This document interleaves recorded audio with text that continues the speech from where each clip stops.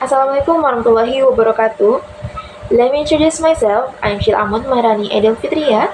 So di sini video ini saya buat untuk menggantikan presentasi saya tadi dengan mata kuliah Etika Profesi dan Estetika. Jadi presentasi saya di sini berjudul Etika dan Estetika Profesional dalam Profesi di Masa Depan. Nah, sebenarnya di sini saya memiliki dua cita-cita, yaitu models and designer. Namun di sini saya akan membahas satu profesi saya di masa depan, yaitu desainer. Jadi desainer ini luas cakupan lingkupnya. Desainer ini ada desain grafis, desain interior. Nah, di sini saya akan membahas tentang fashion designer yang sesuai dengan jalan saya, sesuai dengan bidang saya gitu. Nah, kenapa sih saya memilih fashion designer? Jadi saya tertarik dengan dunia fashion karena saya suka mix and match outfit saya setiap kali saya ingin hangout atau mungkin ada keperluan keluar gitu.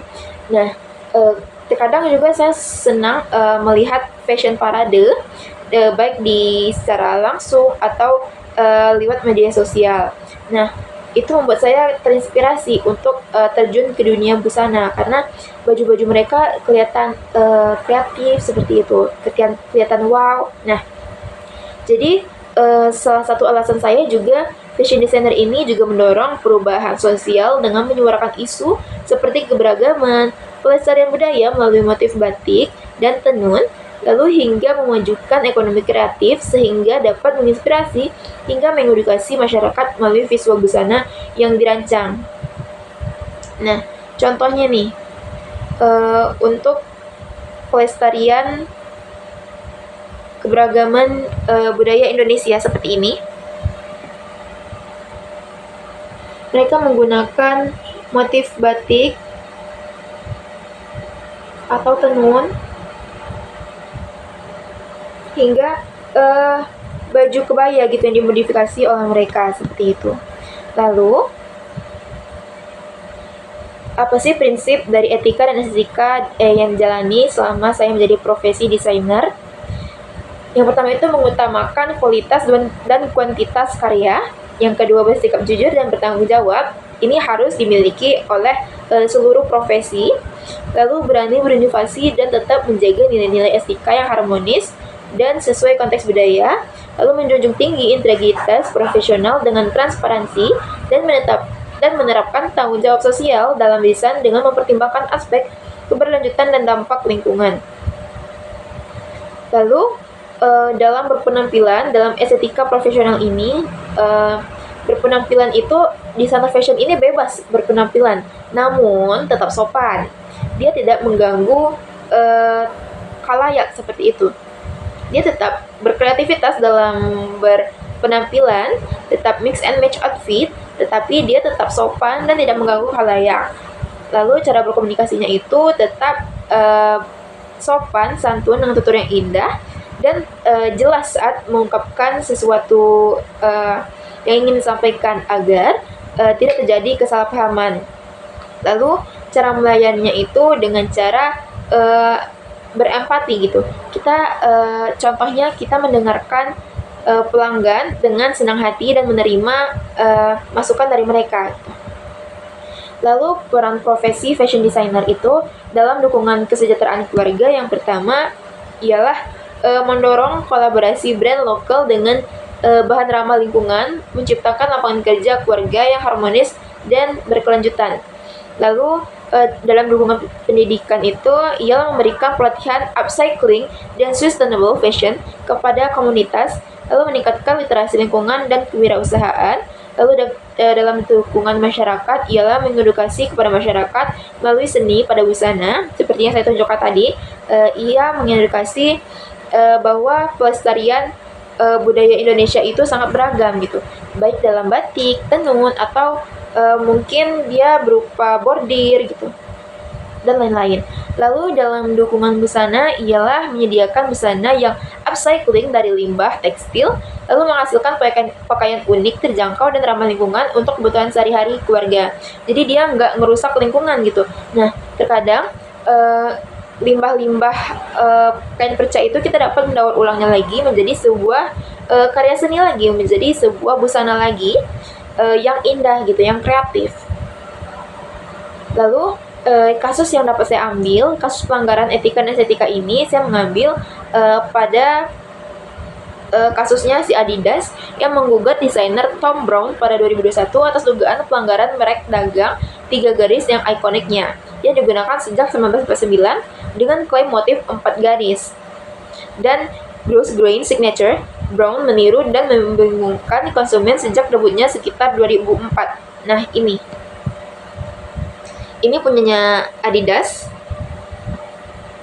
Seperti yang kita ketahui, Adidas ini dia memiliki ikoniknya, yaitu 3 garis di setiap sisinya. Lalu ini punya si Thom Browne, dia memiliki 4 garis yang mana dianggap plagiarisme si Adidas, sehingga dia melakukan penggugatan terhadap Thom Browne. Namun pengadilan ini dimenangkan oleh si Thom Browne karena si Adidas gagal membuktikan pelanggaran pada produk fashion mewah si Browne, meski Adidas menuntut ganti rugi hingga 7 juta US dollar dan berencana banding gitu. Kasus ini menyoroti tantangan penundaan klaim hak cipta dan perbedaan pasar olahraga versus fashion high-end. Lalu pelajaran yang dapat saya ambil itu yang pertama itu pelajaran tentang etika hak cipta. Yang pertama itu segera tanggapi potensi pelanggaran dengan peringatan resmi untuk membangun riwayat hukum kuat, hindari gagal bukti kebingungan konsumen gitu. Lalu rancangan motif dengan elemen pembeda jelas seperti tambahan garis atau konteks fashion high-end untuk kurangi risiko tuntutan. Lalu ada hindari plagiarisme dengan menghargai karya orang lain dan kuasai haki sebagai komitmen moral profesi. Lalu pelajaran profesional umum itu jaga kerahasiaan dan komunikasi jujur dengan klien untuk bangun kepercayaan serta prioritaskan orisinalitas demi reputasi jangka panjang. Lalu terus belajar etika profesi termasuk tanggung jawab sosial dan inovasi berkelanjutan untuk cegah dan dampak merusak seperti kekalahan Adidas tadi. Lalu how to be professional yang berkualitas gitu. Yang pertama itu kita harus menguasai soft skill dan hard skill kita. Dalam bidang fashion designer ini kita harus mengembangkan komunikasi agar dapat menyampaikan visi desain ke tim seperti penjahit atau pemasar agar tidak ada terjadinya kesalahpahaman. Lalu kemampuan mengatasi suatu masalah atau problem solving jika terjadinya tantangan produksi. Lalu ada networking dan personal branding yang kuat. Lalu mempelajari trend fashion terkini dan menguasai kreativitas mendesain baik digital maupun manual. Lalu dalam menjaga integritas, empati, responsabilitas, dan kepekaan estetika, contohnya itu dengan menghindari plagiarisme, lalu mendengarkan kebutuhan klien, lalu bertanggung jawab penuh atas setiap tindakan, dan menguasai spesifikasi unggulan dalam desain.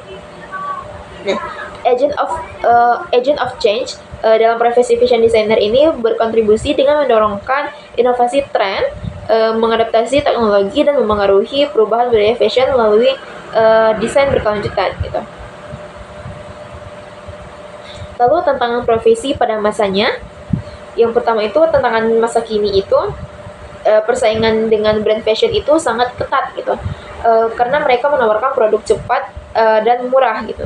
Lalu banyaknya pembelian online dengan tingkat pengembalian barang yang tinggi akibat ketidakcocokan ukuran gitu. Lalu tantangan di masa depan itu penggunaan teknologi seperti AI dan augmented reality atau AR untuk desain dan pengalaman berbelanja yang lebih baik. Nah, lalu adanya persaingan dan inovasi bertahan dari merek global dan startup lincah. Nah, itu merupakan tantangan profesi pada masa kini dan masa depan. Lalu, harapan saya dan komitmen serta nilai pribadi saya dalam profesi fashion designer, yang pertama itu saya berharap saya dapat membuka lapangan pekerja agar dapat mengurangi angka pengangguran, lalu berinovasi dengan kreativitas dan mengikuti tren sesuai pasarnya, lalu mendengarkan permintaan klien dengan lapang dada, dengan senang hati, lalu menjaga kualitas serta mutu produk, agar dapat memberikan kepuasan terhadap klien. Lalu menghindari plagiarisme dan menghargai brand lain. Lalu menggunakan busana yang stylish namun tetap sopan dan tidak mengganggu khalayak, dan bertanggung jawab di segala tindakan. Baiklah, sekian presentasi dari saya. Lebih dan kurangnya mohon maaf. Wassalamualaikum warahmatullahi wabarakatuh.